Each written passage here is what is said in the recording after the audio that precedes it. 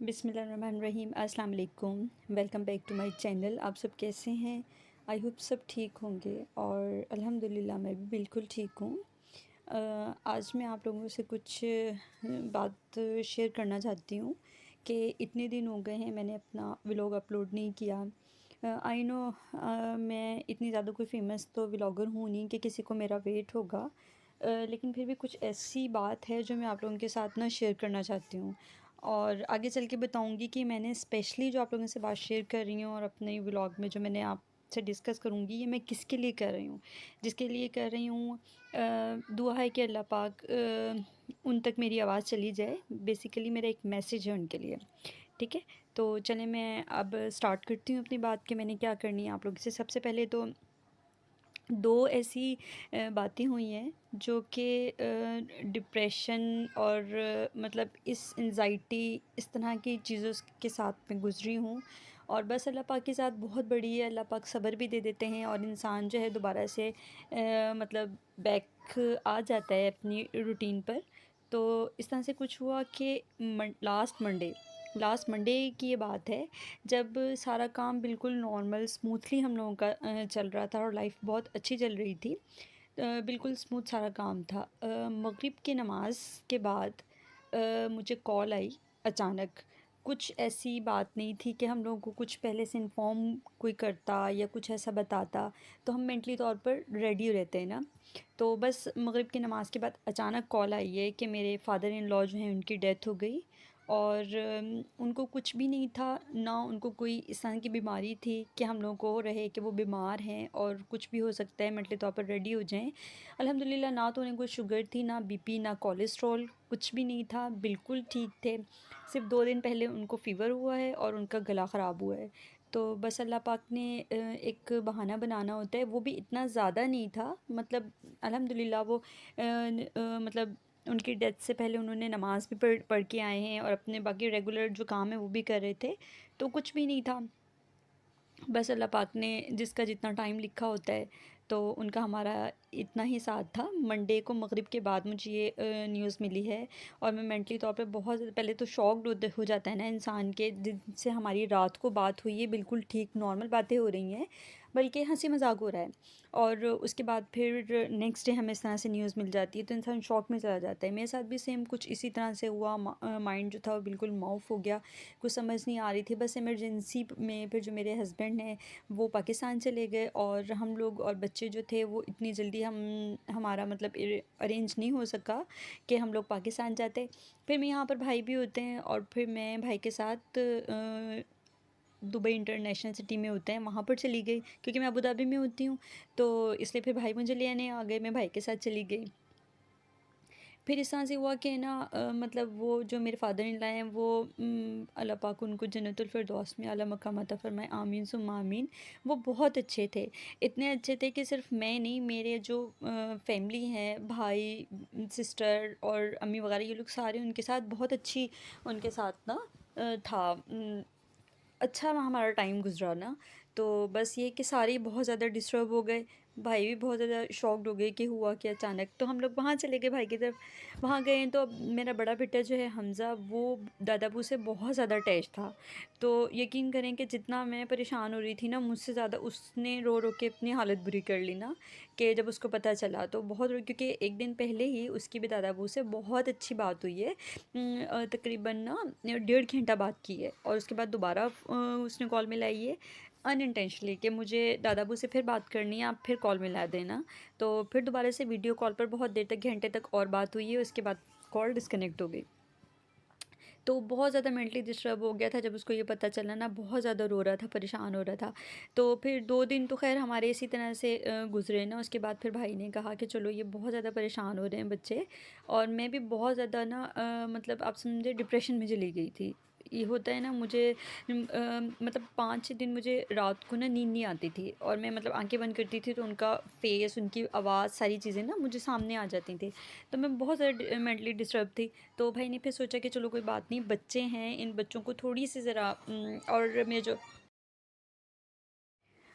जो हस्बैंड है ना, वो भी पाकिस्तान में थे। मतलब बच्चों को मैं अपने आप को सँभालना बहुत मुश्किल हो रहा था, बच्चों को भी ना ज़रा देखना मेरे लिए मुश्किल हो गया था। तो ख़ैर शुक्र अल्हम्दुलिल्लाह, भाई थे, भाभी थे, बच्चे थे, फिर भी ज़रा थोड़ा-सा कंट्रोल में बच्चों को उन्होंने किया और थोड़ा समझाया और थोड़ा ना उनका ध्यान जो है दूसरी तरफ लगाया।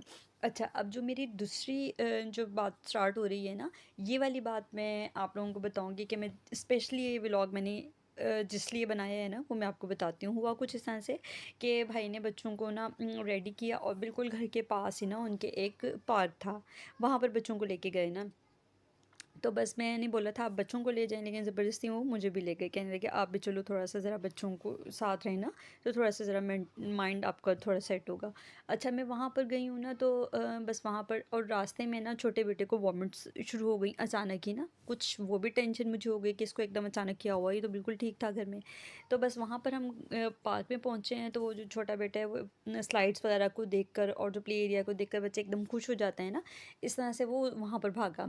अच्छा, वहाँ थोड़ा सैंड एरिया था, तो उसने बोला कि मुझे ना आप मम्मा मेरा ये शूज़ उतारें, फिर मैं वहाँ पर प्ले करूँगा। तो मैंने बोला चलो कोई बात नहीं, इस तरह से बच्चा जैसे ज़रा हो रहा है थोड़ा खुश ना, वहाँ पर जाके प्ले कर लेगा। मैंने इसके शूज़ उतारे और फिर ना वो चला गया वहाँ पर। अच्छा, हुआ कुछ इस तरह से कि हम लोग जब गाड़ी में बैठे हुए थे, तो तब हमज़ा ने मेरे हाथ से मोबाइल लिया। मोबाइल ये खेल रहा था जैसे बच्चे नॉर्मली स्क्रीन यूज़ करते हैं गाड़ी में ना, इसी तरह से सेम हमज़ा ने भी किया। अब जब ये उतरा तो मैंने इसे मोबाइल लिया कि हमज़ा आप ना मुझे अपना मोबाइल ये मेरा मोबाइल दो और वहाँ पर अपने से पार्क में खेलना है, ठीक है, आप मोबाइल मुझे दे दो। इसने मुझे दिया। छोटे बेटे का जब मैंने शूज़ उतारे हैं ना, तो उस टाइम मेरे हाथ में मोबाइल था और बस टेंशन, डिप्रेशन और वो सारी चीज़ें जो मिक्स थी ना, तो मुझे बिल्कुल माइंड में नहीं रहा कि मेरे हाथ में मोबाइल है। मैंने बैग नीचे रखा और इसको शूज़ पहनाया, शूज़ पहना के अपना बैग उठाया है और मैं आगे चली गई। मुझे पता ही नहीं चला कि मोबाइल मैंने उठाया या नहीं उठाया, क्या हुआ। ख़ैर वो फिर बच्चे जो थे वहाँ पर स्लाइड्स वगैरह लेने लगे, मैं और भाभी एक साइड पर बैठ गए, हम लोग बातें वगैरह करने लगे। उसके जब हम बात वापस आने लगे ना, तो और जो पार्क का टाइम था ना वो एंड हो गया कि हम लास्ट जो 30 मिनट थे ना, बस तब पहुँचे थे पार्क में। बच्चों को सिर्फ 30 मिनट वहाँ पर मिले, ठीक है, पार्क में। तो वहाँ पर फिर मैंने ना बच्चों को जब हम लोग आने लगे, तो अच्छा बाहर निकले हैं, तो मुझे याद आया कि मेरे पास ना मोबाइल नहीं है। मैंने भाभी से पूछा कि आपके पास मोबाइल है, क्योंकि हमज़ा ने ही मुझ तब भी मेरे जहन में नहीं आया कि मेरे पास मोबाइल है या नहीं है। हमज़ा ने मुझसे मांगा कि मम्मी मम्मा मोबाइल दे, मैंने अब गाड़ी में बैठना है। तब मुझे हुआ, मैंने कहा नहीं मेरे पास तो मोबाइल नहीं। भाभी से पूछा आपके पास है, उन्होंने बोला नहीं मेरे पास भी नहीं है। तो बस फिर मुझे शक हुआ कि ना मैं मोबाइल कहीं भूल गई हूँ। मुझे याद नहीं आ रहा कि या तो हाथ से निकल गया है या बैग से गिर गया है। अगर बैग में भी रखा है तो बैग से गिर गया, क्या हुआ कुछ समझ नहीं आई। जल्दी से भाई को मैंने बताया कि भाई आप ना मेरे मोबाइल पर बेल करें। उन्होंने बेल की तो एक लेडी ने उठाया फ़ोन, तो उन्होंने बोला कि हाँ मैं पार्क के बाहर खड़ी हूँ, आप जो है ना ये मोबाइल आकर मुझसे ले लें। हम लोग फ़ौरन से ही, मतलब बहुत जल्दी से ही हम लोग पार्क के बाहर गए। बाहर जाके देखा तो ऑलमोस्ट पार्क खाली हो चुका था और सिक्योरिटी गार्ड और बाहर कुछ एम्प्लॉयज़ थे जिन्होंने जाना था, वो लोग वहाँ पर बस का वेट कर रहे थे और बाहर से कोई भी बाहर नहीं था। फिर उसके बाद हम लोगों ने बेल कर की, बार बार बेल कर रहे थे कि मतलब वो शायद उठा लें फ़ोन और हमें हमारा फ़ोन दे दें, लेकिन उन्होंने फ़ोन नहीं उठाया और उसके बाद फ़ोन बंद कर दिया। तो ये मेरा जो व्लॉग है ना, स्पेशली उन लेडी के लिए है जो शारजा में पार्क था और हम वहाँ पर गए थे, उन्होंने मेरा वहाँ पर मोबाइल उठाया। मैं आपको ये कहना चाहती हूँ कि ना आपने ये जो हरकत की है ना, इसका मुझे बहुत ज़्यादा ज़हनी परेशानी तो हुई, मेरा लॉस भी बहुत ज़्यादा हुआ। लेकिन क्या हुआ कि बस अल्लाह ताला अपना फ़ज़ल करम करते हैं, मेरा तो लॉस पूरा हो गया। मुझे तो मोबाइल मिल गया, मैंने दूसरा मोबाइल ले लिया, रिकवर किया, सब कुछ डाटा सब कुछ करने में मुझे टाइम लगा, ठीक है, मेरा हो गया। लेकिन आपने जो ये हरकत की है ना, तो मैंने आपको कुछ भी नहीं कहा, बदुआ भी नहीं दी, कुछ भी नहीं किया। बस मैंने अल्लाह पाक को ये कहा है कि अल्लाह पाक आप बेहतरीन इंसाफ़ करने वाले हैं। जिसने भी किया, जिसकी वजह से भी मुझे बहुत ज़्यादा मेंटली परेशानी हुई, क्योंकि मेरे हस्बैंड पाकिस्तान में थे, मैं यहाँ पर थी बच्चों के साथ, बहुत ज़्यादा मैं परेशान हुई हूँ। तो वो जो सारा सिलसिला है ना, तो वो आप को जो है ना उसका हिसाब देना ही है, ठीक है। अब ये आपका मामला और अल्लाह का मामला है। मैंने आपके और अल्लाह के दरमियान ये वाला फ़ैसला छोड़ दिया है और मैं इससे निकल गई हूँ, ठीक है। तो फिर अब जैसा भी होगा, आपको भी पता है अगर आप मुसलमान हैं तो अल्लाह ताला जो है बेहतरीन इंसाफ़ करने वाले हैं। तो बस ये मैंने व्लॉग स्पेशली आपके लिए बनाया है, क्योंकि तो ये वाली जो चीज़ें हैं ना, ये सिर्फ दुनिया के लिए हैं, दुनिया तक ही हैं। जब हम लोग यहाँ दुनिया से चले जाते हैं ना, तो कोई भी चीज़ हमारे साथ ना जाती है और ना ही हम लेकर जा सकते हैं, ठीक है। मेरे लिए तो अगर ये सोच लिया जाए ना कि ऊपर जाना है, ऊपर जाकर भी हिसाब देना है, हम अच्छा बुरा जो भी करेंगे ना उसका हिसाब ज़रूर होगा।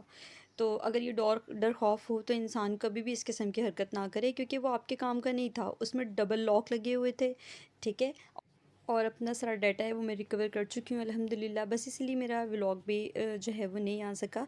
इंशाल्लाह अब मेरी कोशिश होगी कि मैं अपना डेली व्लॉग अपलोड कर सकूँ। और हाँ, मेरे पास जो सिम थी ना वो सिम भी मेरी मतलब ज़ाहिर है चली गई मेरे पास, इसलिए कोई किसी का कांटेक्ट नंबर नहीं है, इसलिए मैं किसी से कांटेक्ट नहीं कर पा रही।